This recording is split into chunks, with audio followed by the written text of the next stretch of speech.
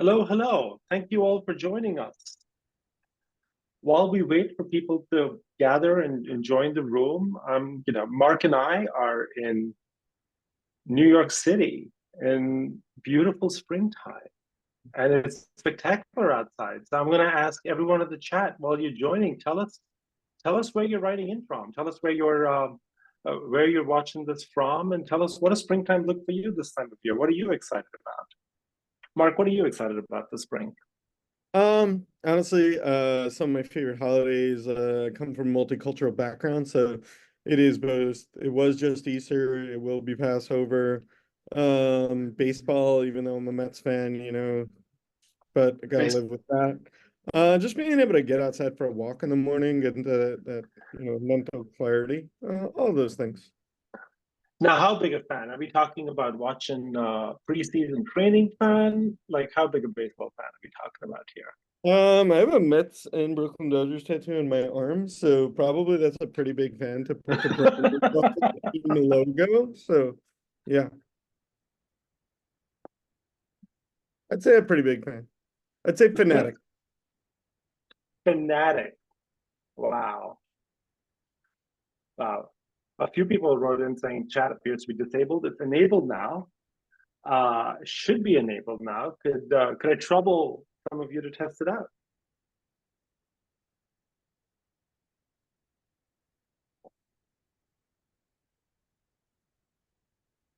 All right. Now we're seeing stuff coming on the chat. Dallas, Minnesota, Florida represent. Fantastic. Thank you all for joining. Uh, Auckland, New Zealand. Okay, so that's now our the farthest place from where Mark and I are. So I want to see if we can beat that record. Maybe somebody in Fiji.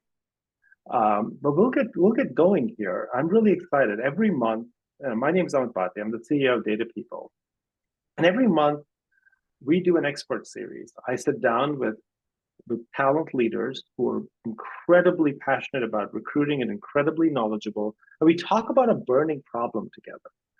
And um, we talk about a burning problem that we're working on that's affecting all of us in recruiting, in DE&I, in HR.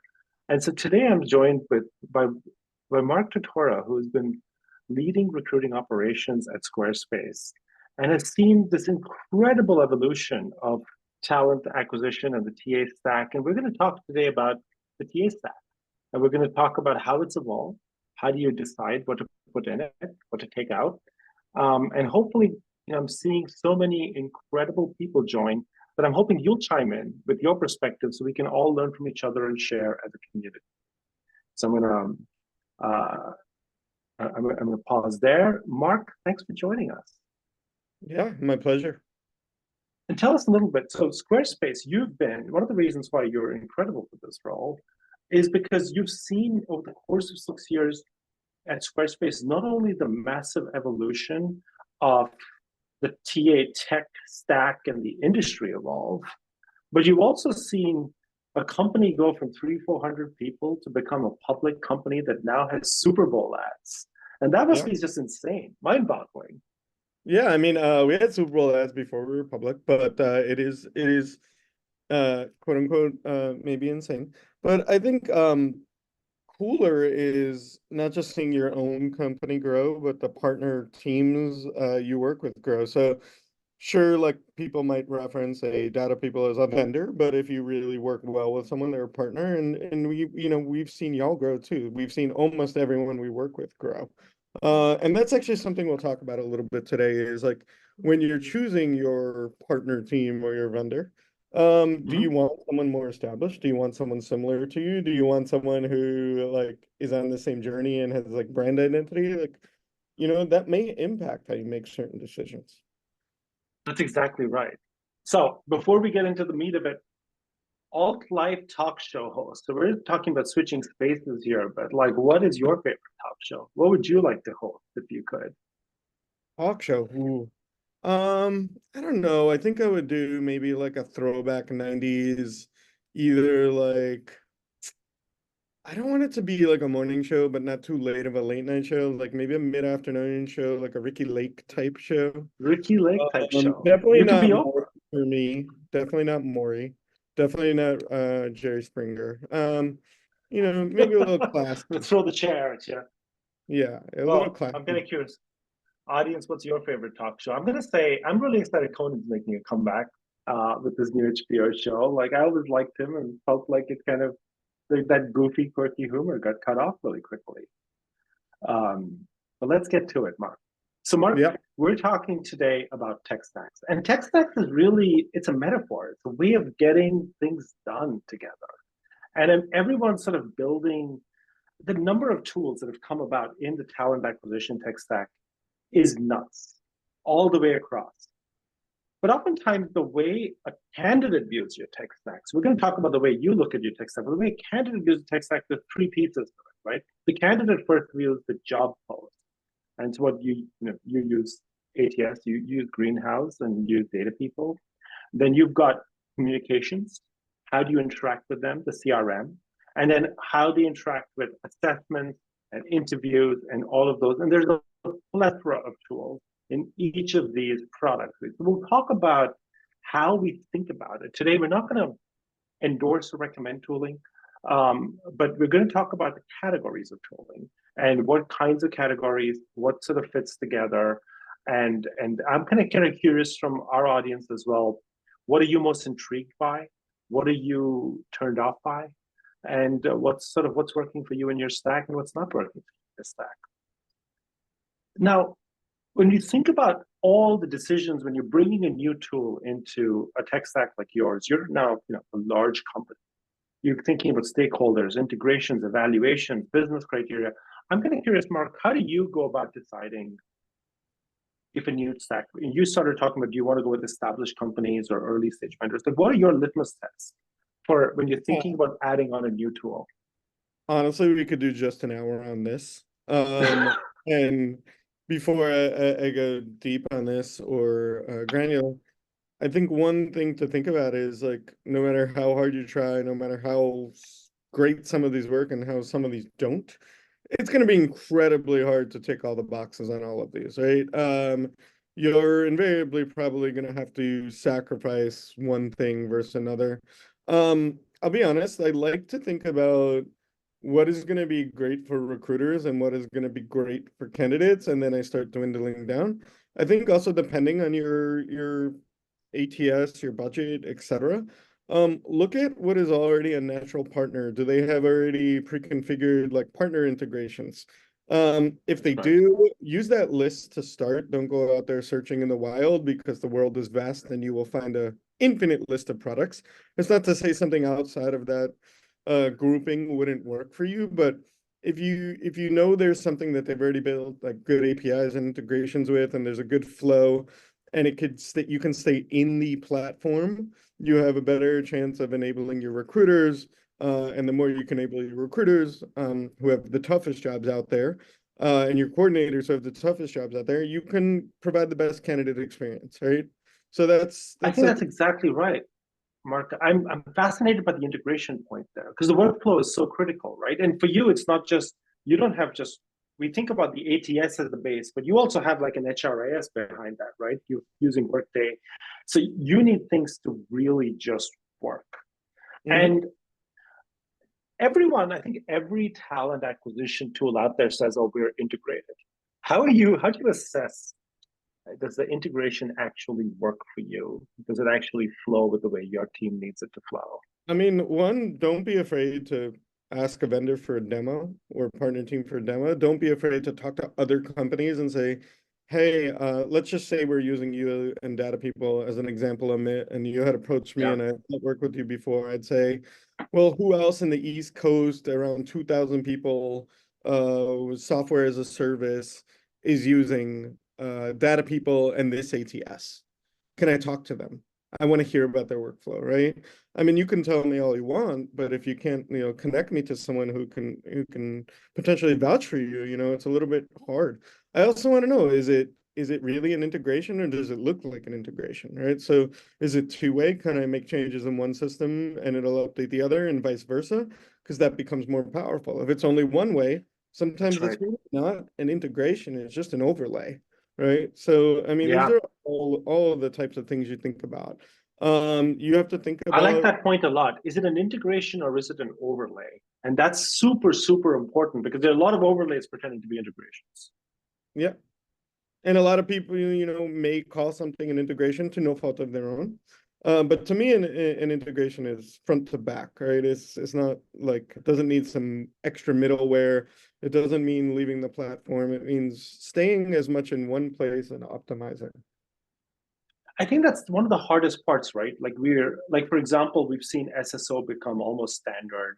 We've seen because we just don't want people leaving platforms. We don't want people going from one place to the other. It's one of the reasons, like, you pushed us way back when that data people has to work natively within Greenhouse. It cannot work, you can have a separate app, but anytime you bring users to kind of try to have to go somewhere else, you get friction. And so we had to have the two-way sync work. And I appreciate that push. I'm kind of curious, in the world of AI, you're getting all of these pieces coming in. You've got data security, privacy implications, GDPR, CCPA. How has that changed some of the way you evaluate products in your stack or changed the process with which you're able to bring tooling into your stack? Yeah, I think there's a couple of things you need to think of at the forefront. First is, who is your company? What is its product? What do you stand for, and what is your view, right? And I think, early on, you want to bring in your key stakeholders to understand what's important to them. So, for example, maybe you want to bring in your security team, your legal team, your compliance team to understand what's important to them so you can help either narrowing down or widening what you're looking at, right? If something is absolutely a no-go, then you need to know that up front so you don't go too far in deep. But think about also where you are, right? What if you're a New York headquartered company, or the, majority of your roles are in a certain state that has laws that Yeah. prohibit evaluations being automated or things like that. So there's just so many things, but I think, if you haven't done some of this work before, you will fast get familiar with the kinds of things you need to know. But you need to think about, how does this impact your interviewers? How does it impact your candidates? How does it impact your hiring managers? Is it faster? Is it clunky?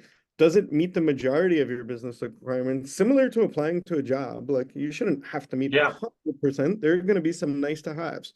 Your evaluation criteria might change over time. See if you can get a demo, a 3-month trial, even if it's paid for, with a subset of users. See if you can get a free trial. See if you Yep. can talk to other customers. Integrations, again, is it two-way? Does the system of record allow you to control everything? If so, great, you'll have more user adaptation. Compliance and IT standards, these are always changing, right? Are there That's right. vulnerabilities? Does, for example, the tool have a permission that doesn't make sense for your company, and they're able to accommodate you? For example, like, can it write to Gmail, and do you want that, Yep. right? And have they thought about that? Change management, just because something works, how do you make sure that you're communicating effectively and often into the right people? I think one of the hardest things is getting all the right people involved. And you may not know That's right. that one of your second or third time doing things, you'll invariably hit some speed bumps along the way where Yeah. uh, key player at your company internally says, like, why wasn't I looped in? And you may not know, but That's right. you'll know of these things. So Bill actually asked a really thoughtful question here, which is where do the users, the recruiters, the sources, too often we buy tools without always considering what is user friendly? And how do we fit them into this? Like, how do we make sure that they get a voice and they get a say? So when you're evaluating a product, how are you validating? Sometimes Have you the tools validated that with you your bring in recruiting team? with your recruiting team, with your Yeah, I recruiters, with mean, your sources. Yeah. I would gladly take you over to my desk. It's around the corner, but I have these post-its on it that says, bring the team along. And that Yeah. has to be top of mind for you, right? It's like, get a core group of recruiters, whether it's day-to-day users, managers, recruiting leads, a mix of all of them, and ask them, like, to help co-evaluate this with you. You should not be doing this alone. You are not a recruiter. Even if I was a recruiter or had been a recruiter, my recruiting skills are not there anymore. My Yeah. coordination skills are not there anymore.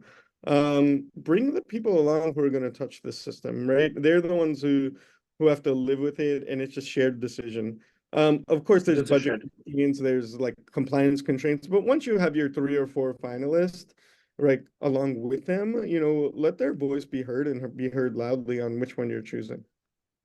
That makes a lot of sense. And it brings us to sort of the way you've been evaluating the stack, right? Which is there's 4 parts to it. How do you standardize? How do you drive candidate experience? How do you drive candidate assessments? And then how do you drive analytics? And I'll be honest, when we work with hundreds of companies. There's 2 things that I often find missing that you've been really thoughtful and sophisticated about at Squarespace. The first is standardization.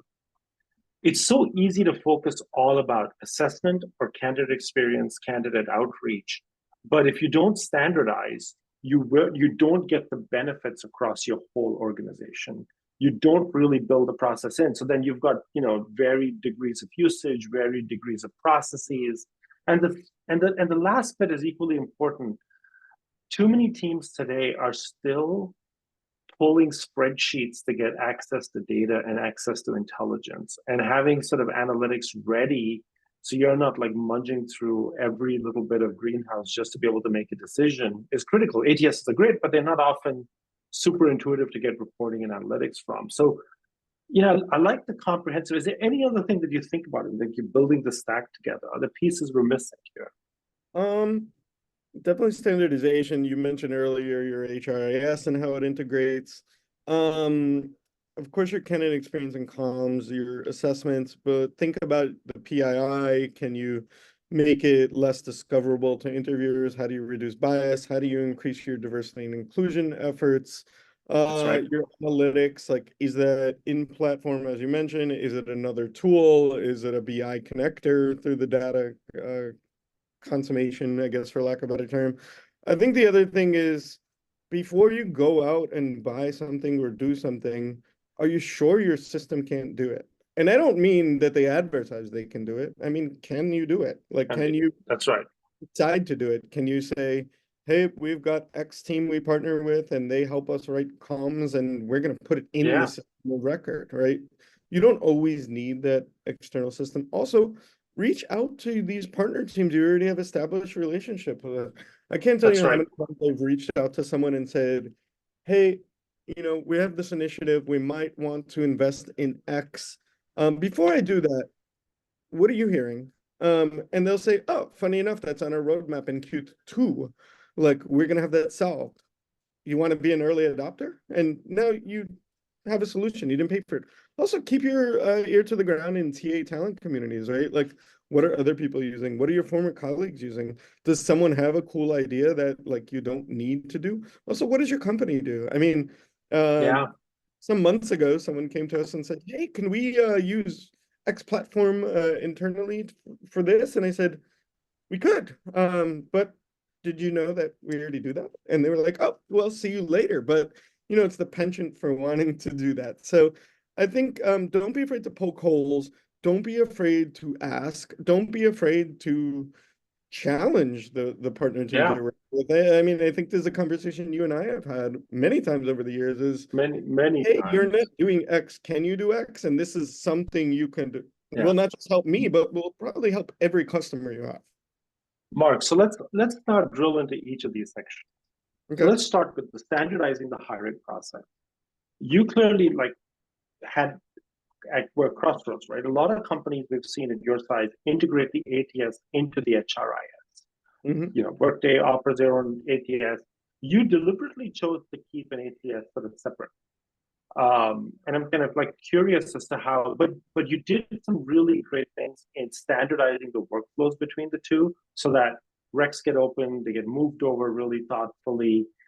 How does that decision like happen? It just you really tailored your ATS experience to your usage. How does that happen? I mean, I think happens in a lot of ways, and I can't say it's a me thing, right? I think my awesome teammate Tom is on here. I think he was a key part there. I think my manager Lauren is here. I think we all had to get up to speed with our partner teams. It was the first time any of us are doing this. But first is before you talk about software or acquisition or money, you got to build those relationships internally because everyone's going to have different lenses on the same solution.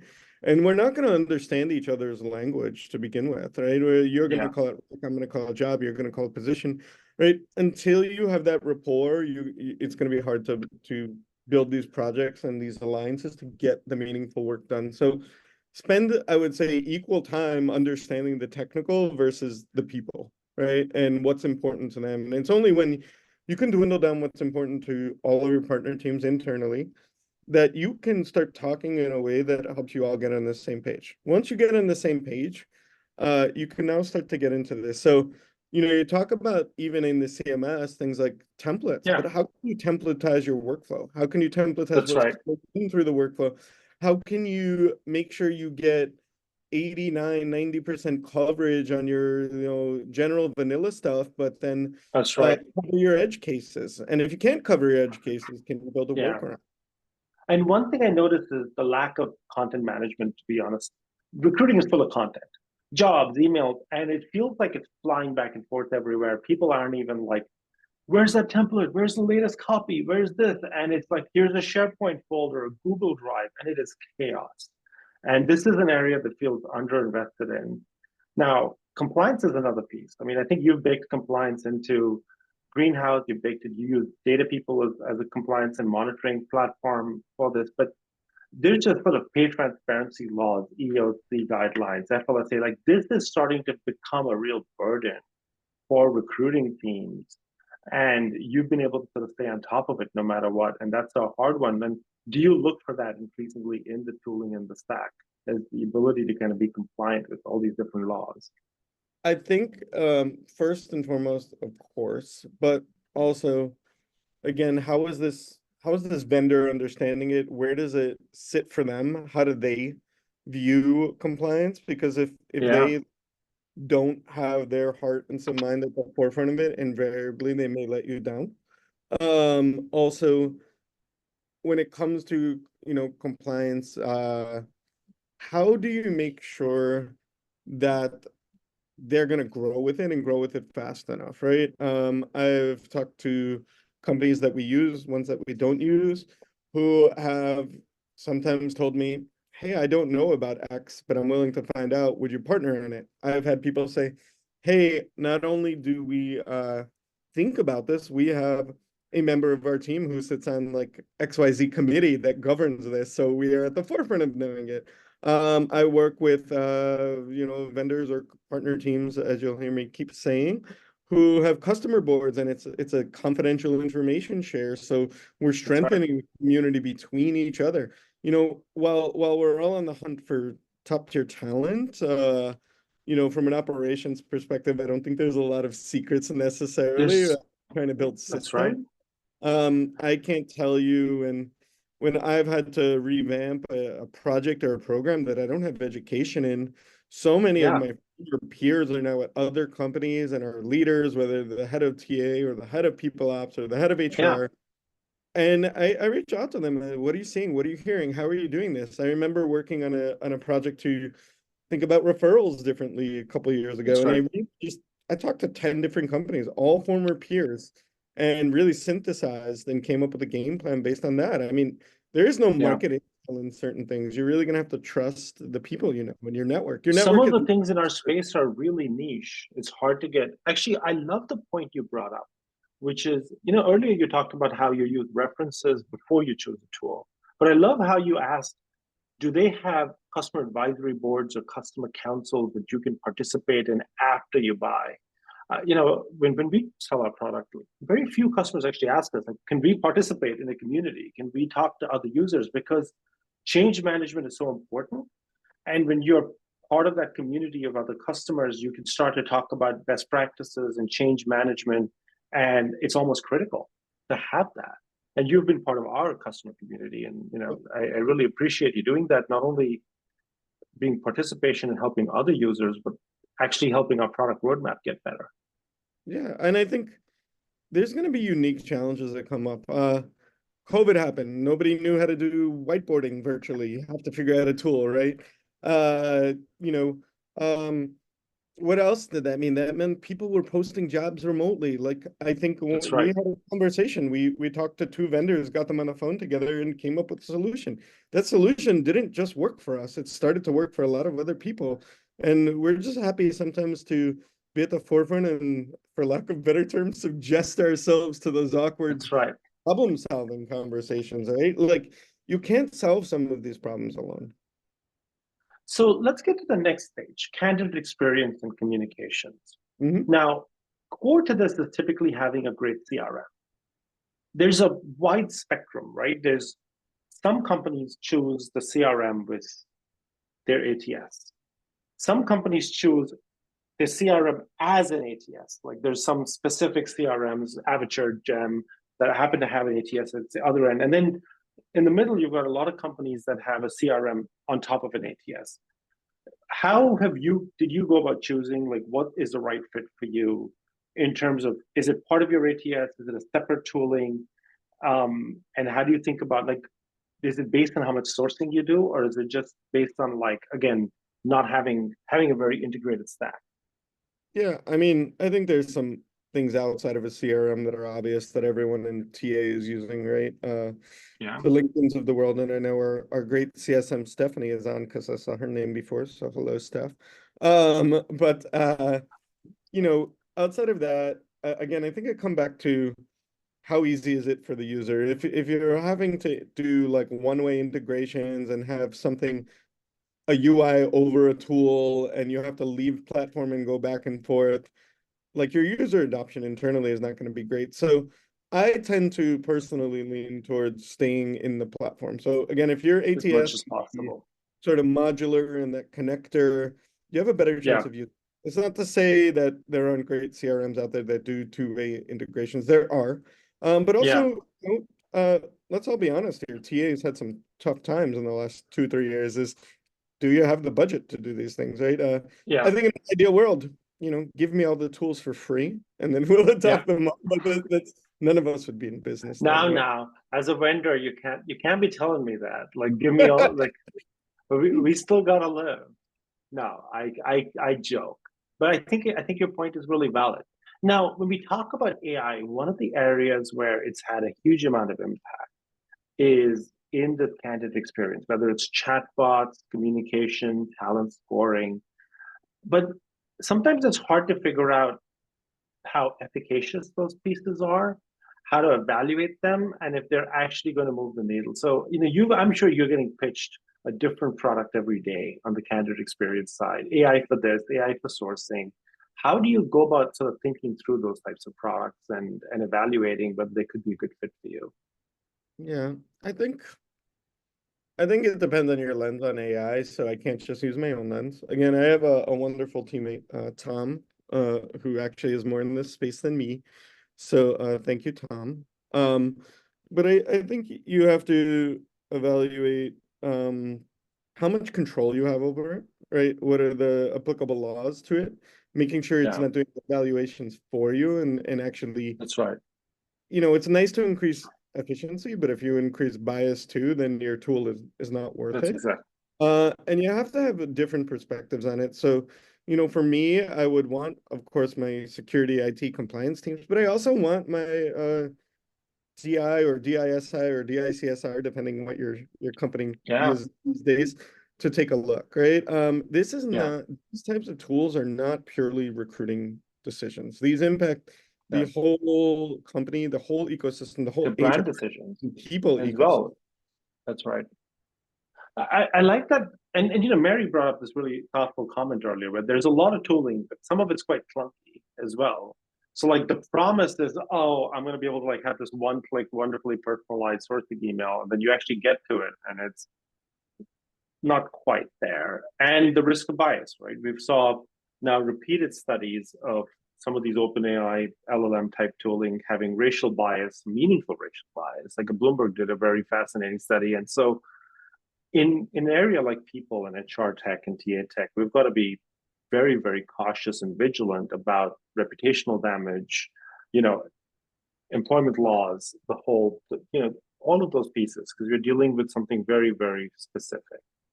But so I think we're still in the very new territory, but are there ways in which your teams are trying it out, are trying AI out, maybe even trying Yeah, native chat GPT, getting good yeah, at getting, yeah. I think first of all, there's lots of free stuff out there. Try it. And I like to think about it like a lens of if it is helping you do something you're already going to do that's manual and making it more efficient, there is probably lower risk. If it is going to make decisions for you you are not going to make, it is probably higher risk and you probably want to steer clear. So you want to start yeah, off slow, you want to start off cautious, you want to help it enhance your work. So, I hope everyone here considers their work a work, but maybe it's helping you get your work from A to A plus. It is not going yeah, to take work from like C to A plus. yeah, So it is not a silver bullet and nothing is. But yeah. make sure it is doing what you want. Can it help you do non-obvious things too that you haven't thought about?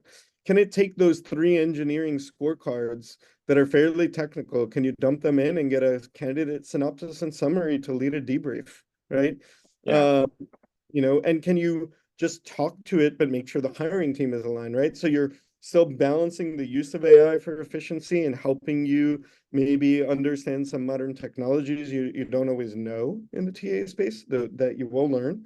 Um, and then you're balancing that against you're giving the hiring team something to pivot off of and reflect off of and to bite that's right. on. So you're mitigating the bias because they're still going to say, yep, that was a good summary, but maybe you misconstrued this. They may not even know you're using the AI, and then they That's right. will, jump in to disambiguate your comments. That's exactly right. I think that's the tough part. I think we're still very much in the early innings. The thing that gives me a lot of excitement about AI, and we've been an AI company for a while, and we see so much promise in this tooling. What gives me excitement is that exactly your point. Taking A content or A minus content, making it A plus, taking A workflows and making them A plus, like pulling out valuable minutes. We don't have recruiters and sourcers in our teams so that they spend their time doing internal bureaucracy. You have them so they spend time with talent and driving better relationships with talent in the market. But there's so much paperwork and clunky work that has to get done internally. And that's where a lot of this AI tooling can really be valuable. The thing that gives me pause is control, because you've got brand guidelines, you've got data privacy, you've got templating and standardization needs. And so quickly, those documents can go out of control. So quickly, those workflows can go out of control. It's why we've been thinking about how to build this really deliberately and we've been enhancing our tooling in a very systematic way so that you can have a lot of control and have a lot of compliance, because it's really important that it ultimately still be in your voice, it still be protected, it still be really guardrail This in makes that me way. think one thing we actually haven't talked about, or even talked about when have talked offline. Testing. What's your test environment? Does the vendor have a test environment? Sorry, does the partner That's exactly. Have a sandbox. have a sandbox? Because if Exactly. if you can't test and you can't see what you're going to work with, how are you supposed to have confidence in it? And then if you can't talk to another customer, you can't trial it. Uh, you know, um, a lot of platforms you'll wind up developing your sort of own scorecards and asking the same questions and have an Yeah, evaluation period. But if you can't do these things or see them, like you're gonna have a hard time. So that's I right. think having an integrated test environment that mimics production is always a huge valuable And factor. and I don't think enough people ask their vendors up front, like, do you have a sandbox that I can get access to throughout for testing, validating? Will that sandbox integrate with my ATS sandbox, my HRIS sandbox, so I can have a full production development environment? Mick asked a very thoughtful question, which is how can we use AI to gather candidate feedback from hiring managers and interview stakeholders and deliver it back to candidates in a compliant and legally relevant way? And Mick, I'm going to have to like burst that bubble here. I don't, even if we could do that, I don't think legal teams will ever get comfortable providing any sort of feedback back to candidates oftentimes. I think it's a great question, but and it's the it's the state of the world I think we want to live in because of the candidate experience enhancements, but it opens up a lot of liability for a lot of companies to be able to do that in an effective way. Mark, I don't know if you'd ever consider a tool that like that that would like give candidate feedback about why they got rejected. So sorry, the question is, how do you give candidate feedback, and if Well, AI, or if just how yeah, do if you there give? was an AI that could read your scorecards and then do it in a sort of legal, sort of thoughtful way, provide the feedback to candidates. I don't know, Mick. Maybe we need to talk offline and start a company. I don't, I don't know how you get compliant with that. I think it's always the risk mitigation part, and I think It is the risk you know, mitigation part. this wasn't part of the question, but we're all TA professionals or HR professionals. It's hard, right? Like we want to serve the candidates. We want to let Yeah, someone know you just missed out here and this is something you can work on. And I think that's a key pivot you can take, right? With yeah, minimally, it's a key pivot you can take is have the candidate's perspective and remember that every candidate today is potentially a candidate tomorrow, the next day, and the next day. The that's candidate who right. doesn't have the skill that they didn't get hired for in 2024 may be the best candidate for you in 2026 when you have a more senior role or a more niche Yeah, role and they acquire that skill. So that's first right. off, a balancing act always. But try to frame it positively, right? I love that. Hey, team thought you did great. One thing encourage you to work on is this. Maybe seek out a project at your next employer Yeah, or something. And if you see something relevant, like come back to me. Like if I'm here, I still want to work with you, right? And again, you were talking I about things that are fundamental recruiting, which is not the technical, it's building the rapport and the relationship. I think just as when we think about the candidate experience, sometimes we jump to how do we give them great feedback. But I think Mark, you brought up this point. Sometimes part of the candidate experience is being really timely and quick, being and then pointing them to other jobs at your company, pointing them to other places. So you can find a lot of ways to preserve a great relationship with candidates. And actually, that's where tooling can be really important because one of the number one ways we hurt employer brand and candidate experience at our companies is by being slow. The time to hire at most companies, when we benchmark it, when we first work with it, the time to hire is like 60 days. That's a candidate, basically, it's 2 months from being dispositioned. And oftentimes, the time to reject a candidate is higher than that 60-day mark. How do we just get really good at letting people know where they are in their process, letting hiring managers sort of become more active participants in the process? In fact, some of our customers, the last customer advisory board, we're talking about the hardest part in recruiting is getting hiring managers to buy into their part of the SLA. And sometimes, I mean, recruiting teams have got to the point where, if a hiring manager doesn't respond in 2 or 3 days to a candidate, we want to freeze the rec. We want to shut them out because you're making everyone's life really difficult. And I'd say, you've done a wonderful job building this alignment and relationships with the business and with the hiring managers. Had, should companies think about that part? Hmm. I think I mean, this is just in humans, right? Human relationships. Everyone else's like worry is someone else's problem, and everyone else's low priority is someone else's high, right? That's You're right. not competing priorities, but you're supporting one another. So I think it also comes with your company culture, right? Like, if you really feel like you're helping build the company, and you're seeing that, you're seeing I'm helping build this engineering team which built this product, right, which made users lives easier, that's impactful. So I think there's that. I think there's also clear and often communication, right? One of the things, actually, I think it was Tom and I were talking yesterday. So I think people forget, um no update is an update, right? When you don't have an update, tell people you don't have one. Don't sit on it. Just say, hey, I'm still That's working right. through it. Have an update. Be really clear. Also be clear of what people owe you and what you need, and hold them accountable. Don't be afraid to say to someone, hey, I need this by Friday. And if they don't give it to you, remind them on Friday. Invariably, something has happened, like something in their workflow has happened, something in their job has happened, and it's it's not that you're not a priority or hiring is not a priority, but something on their team has happened. And they, That's right. just remind them, and often you will get, oh, yep, I'm sorry, like first thing Yeah. Monday, right? And just keep them accountable.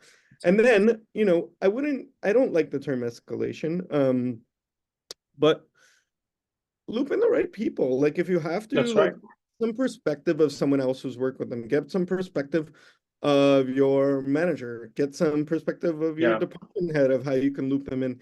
There's sometimes things behind the scenes you don't know, like perhaps their direct That's right. boss is stalling on something or doesn't know, and Yeah. they're in a weird space to say like, "Ooh, I Yeah. don't want to disclose that." So try to get some intel too, like That's right. come in with the idea that everyone's got the good intent, they're all in this together, That's right.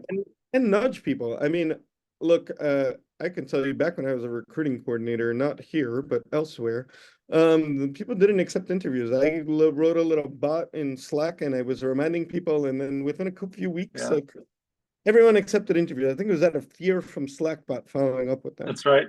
But It's one of our most popular features, actually. We built commenting in so that you could, on the rec exactly. report, like nudge the hiring manager on a rec, because the ATS makes it hard sometimes to do that, and became really popular because you have to. Yeah. I actually brings me to the really great point from Bill, which is today too often TA is transactional, and the change in mindset has to be, how do we have TA be true partners to the business, so that, and being partner is asking them to live up to their end of the bargain. Now, Mark, question for you. Mhm. In this interview, scheduling is one of those very popular tools coming about for exactly this point, right? Sometimes scheduling is such a painful problem, and then that's what creates these delays in time to hire. Have you looked into that, and the debate between sort of having more recruiting coordinator capacity versus interview scheduling capacity? It's also a place where AI can play a role. How have you kind of figured out what is the right math for you, and what is the right fit for you in terms of that kind of tooling? Yeah, it's been some years since I've looked at interview scheduling. And I'll be honest, it's probably more of a question for my manager, Lauren. But from my perspective, um, it's an incredibly hard thing to do, right? Candidates have Yeah, the interview process, the job acquisition process, which is the other side of talent acquisition, the yeah, candidate's job acquisition process. yeah, Maybe I should coin that. Is they have competing priorities, and no matter what data they give you, it will be stale, right? that's You're right.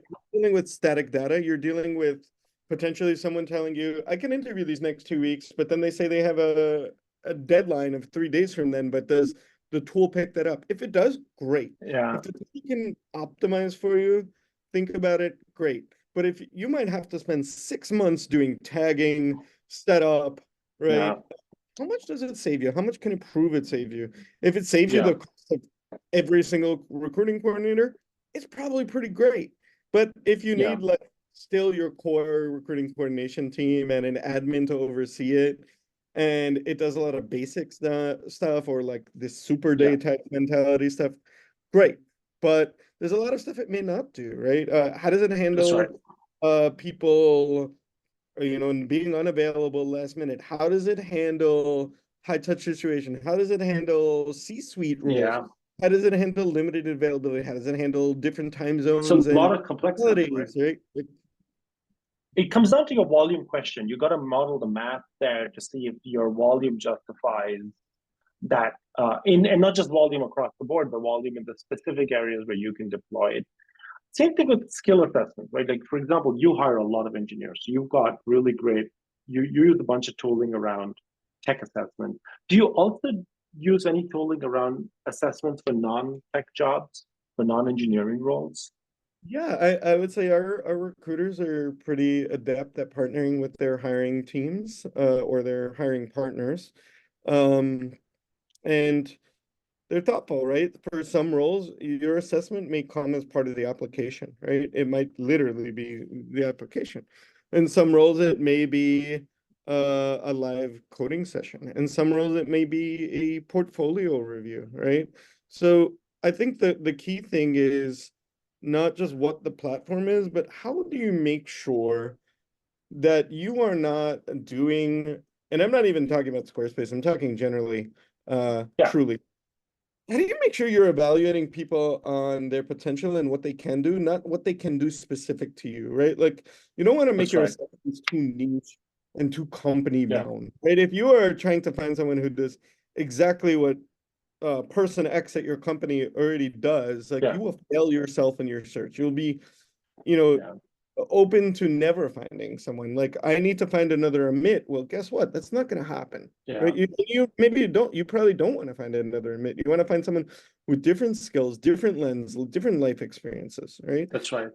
I actually find that having a really strong interview plan and hiring manager training around interviews can be just as valuable as a lot of the skills assessment software, unless again the volume is so dramatic for certain roles that you need that kind of thing. And we underinvest in those things. We underinvest in interview plans. We underinvest in structured hiring in general in a lot of companies. I wonder, Let, pose a question back. Do we underinvest or do people, and I'm guilty of this. Before I worked in TA, what was formerly often referenced as recruiting, I said, that sounds pretty simple. Well, now that I work yeah, in TA all the time, I'm like, wow, this is way more complex than people give it credit for, right? Um, yeah. I mean, Mary asked this question, right? Is it a lack of money or lack of information? I think it's a lack of training, if I'm being very honest. Like hiring is an episodic, hiring is done by hiring manager, but a hiring manager may hire two, three, four people in the course of a year. It's episodic, and you constantly have newer hiring managers coming in. The problem is all of the tools of recruiting were built primarily for recruiters, and sometimes not even for recruiters. Sometimes you're like, who was this built for? And so part of the problem becomes how do you really align the two and make sure your hiring managers are following a process, thinking about the structure, like preparing for the interview correctly. Every interview should have a purpose and a role. We make simple things.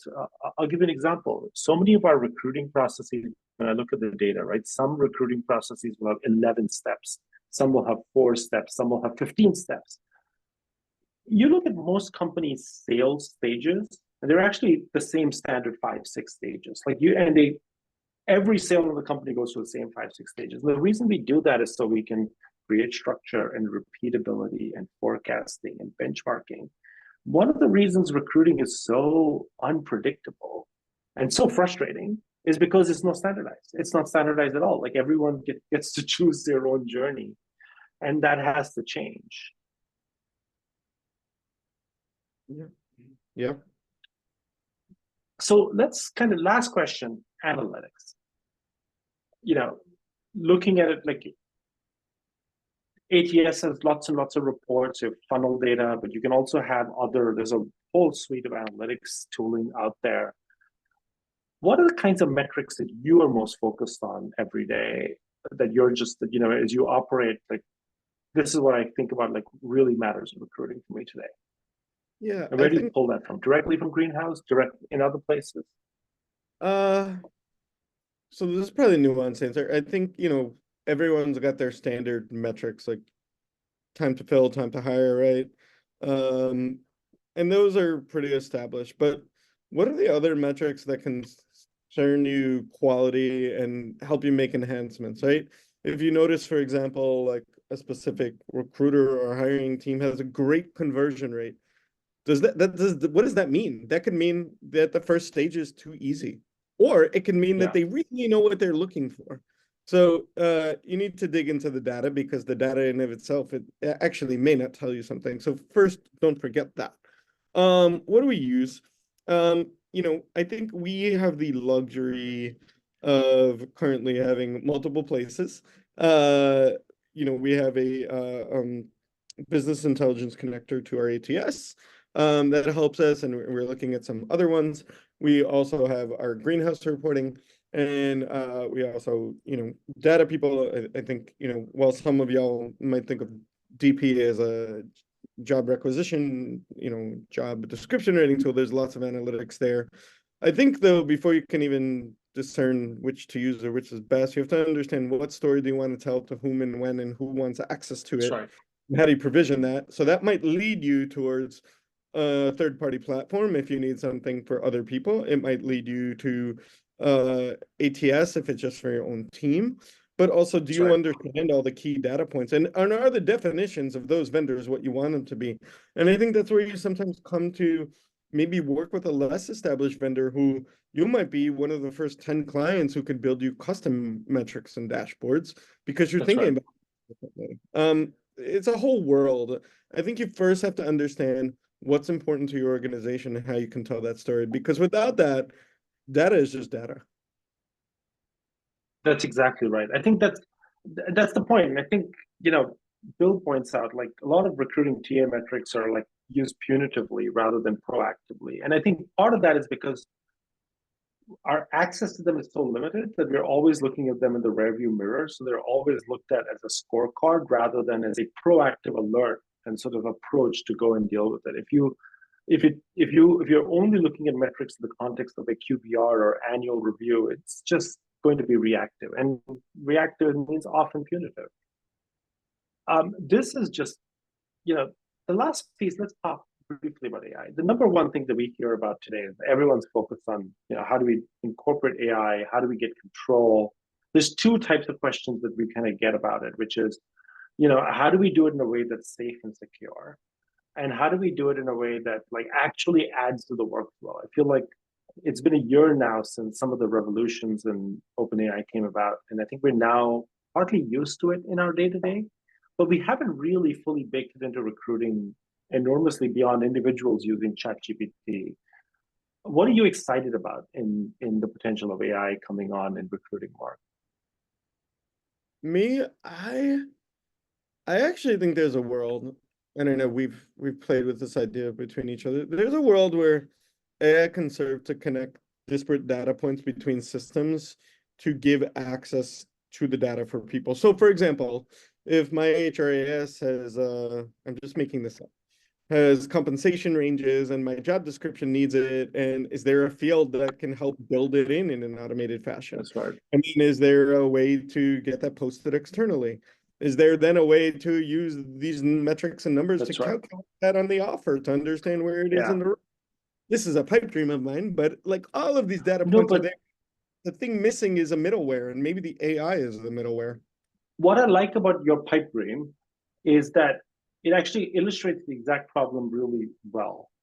Today, a lot of AI is this, AI is this end-to-end solution, this end-to-end sourcing, end-to-end. Actually, what recruiters with teams like you need isn't end-to-end as much as it is solve a specific problem for me, right? Solve this specific frustration. And in that is the ability for us to be really effective with this tooling, right? Like we don't need to necessarily we don't need perfect emailing or whatever for every candidate, but what we do need is make sure the compliance is in place, make sure standardization is in place.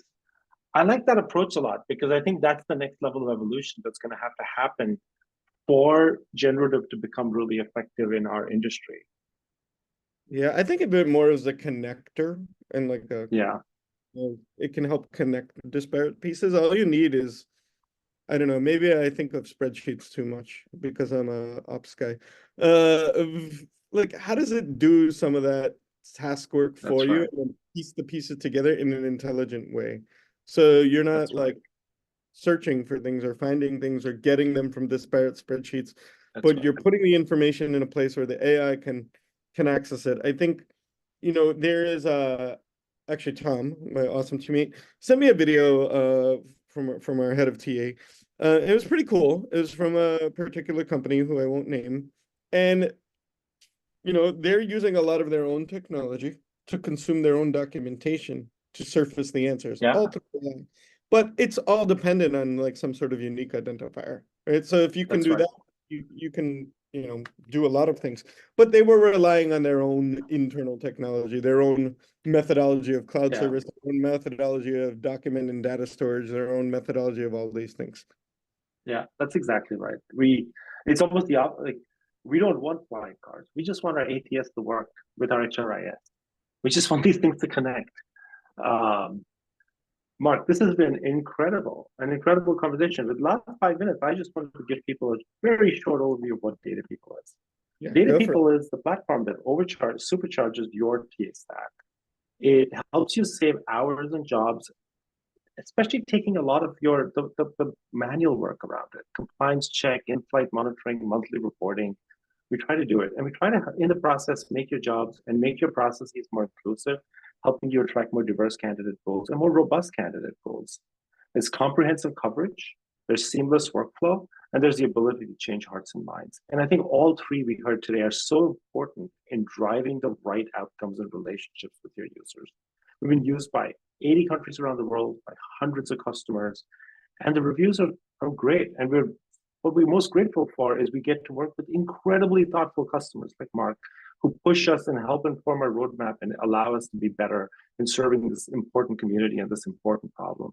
So if you have questions, you want to try it out, you want a free recruiting audit, happy for us to spend some time together, write in or email me, and we will walk together. Mark, you've given us such a lot of great insight, such a lot of great intel. Thank you for this. Yeah, and if people have further questions, can they reach out to you? yeah, go for it. Can they be part of your community? Add you on LinkedIn.